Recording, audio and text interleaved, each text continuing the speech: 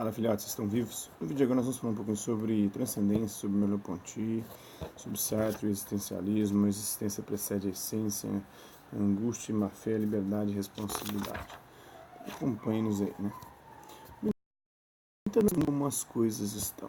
A transcendência é a dimensão pela qual o ser humano executa o movimento de ir além dessas determinações da realidade, não para negá-las, mas para lhes dar um sentido, um significado. Essa é a dimensão da liberdade humana. Um dos mais importantes filósofos da corrente fenomenológica, o francês Maurice Merleau-Ponty, relaciona a liberdade à compreensão do corpo, entendido como condição de nossa experiência no mundo.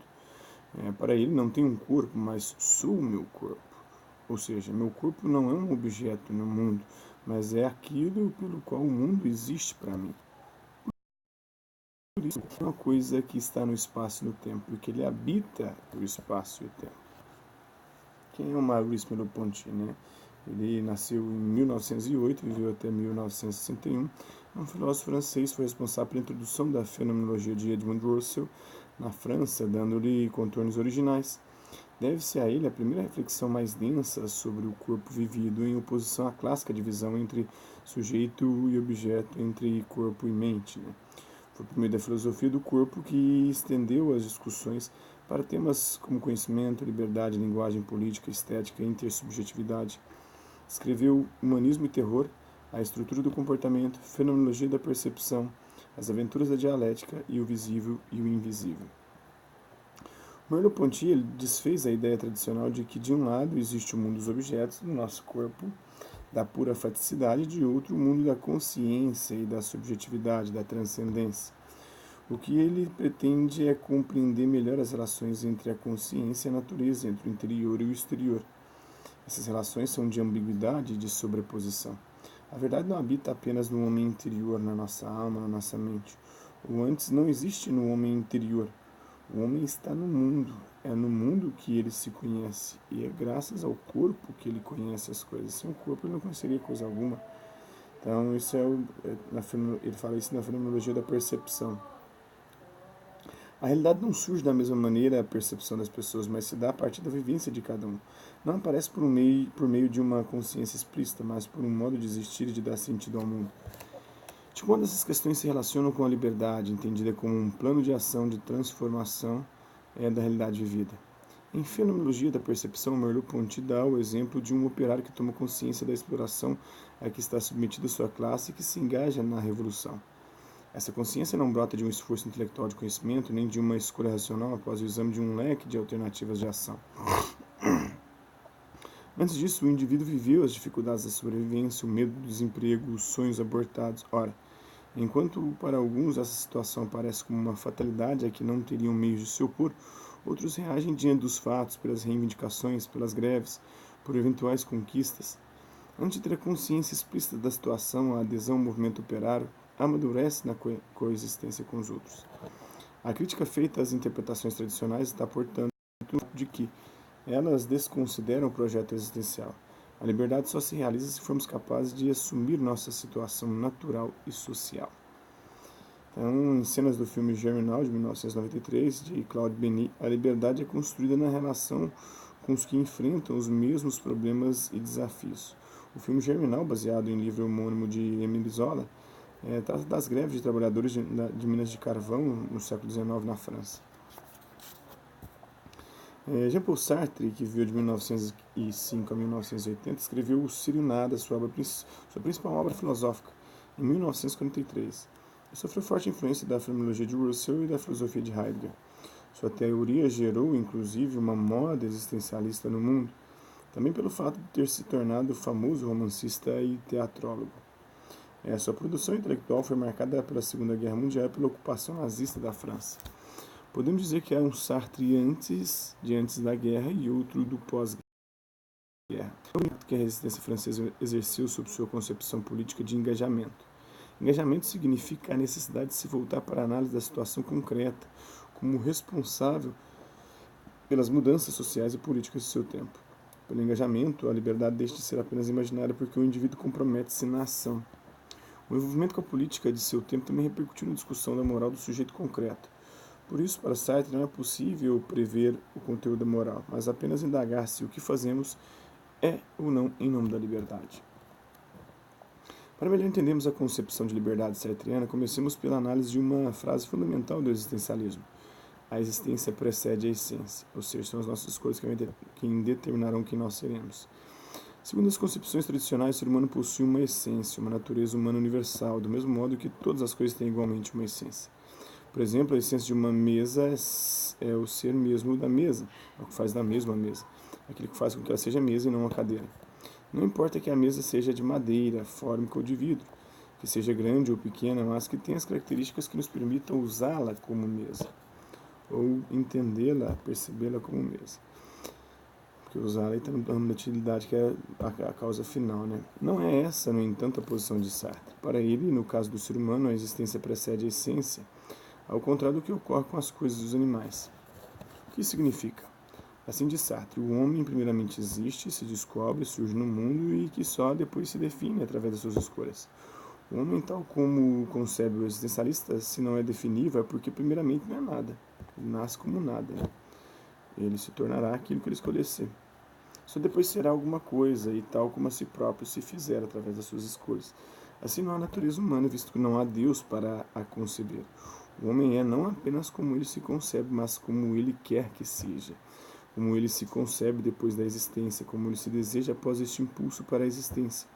O homem não é mais do que o que ele faz.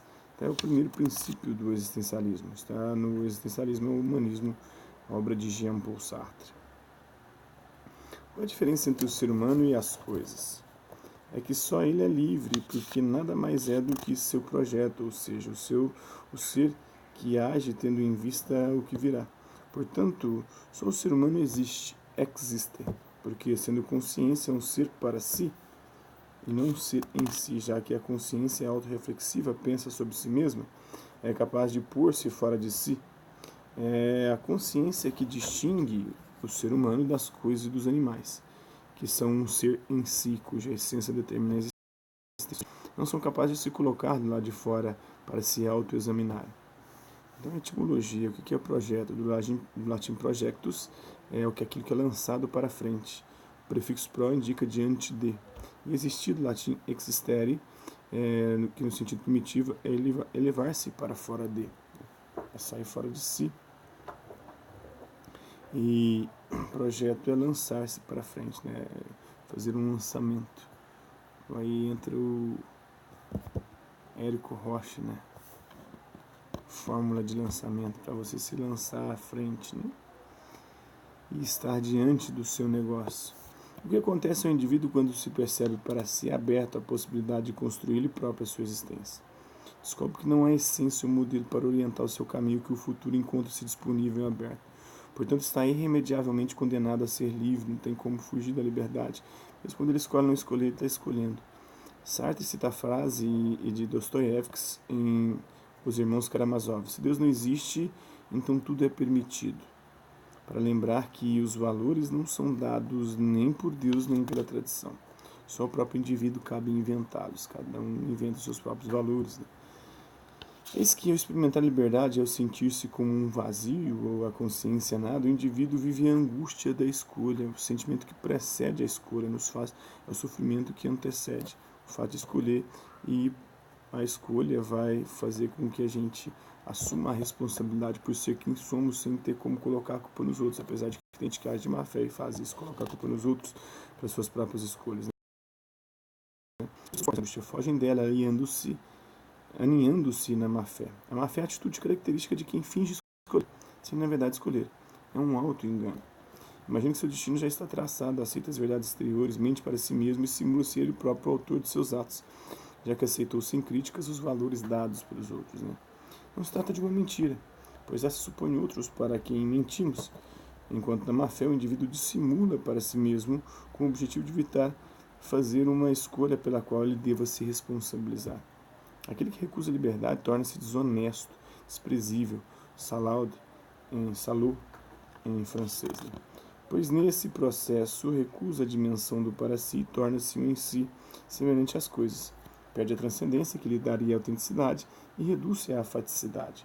Sartre chama de espírito de seriedade esse comportamento de recusa da liberdade para viver o conformismo, o vitimismo, né? O coitadismo, e a respeitabilidade da ordem estabelecida da tradição. Esse processo é exemplificado no conto A Infância de um Chefe.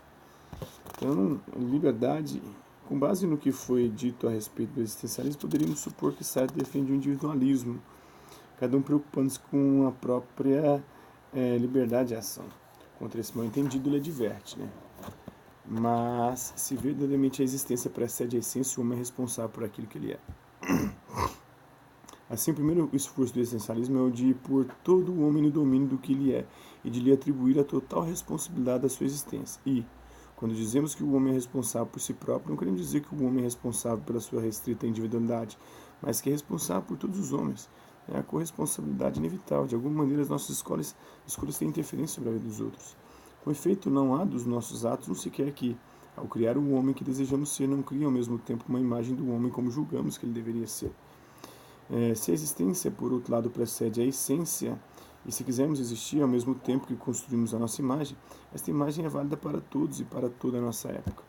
Assim, a nossa responsabilidade é muito maior do que poderíamos supor. Não é só sobre nós mesmos, mas também sobre todos os outros seres humanos, porque ela envolve toda a humanidade, né?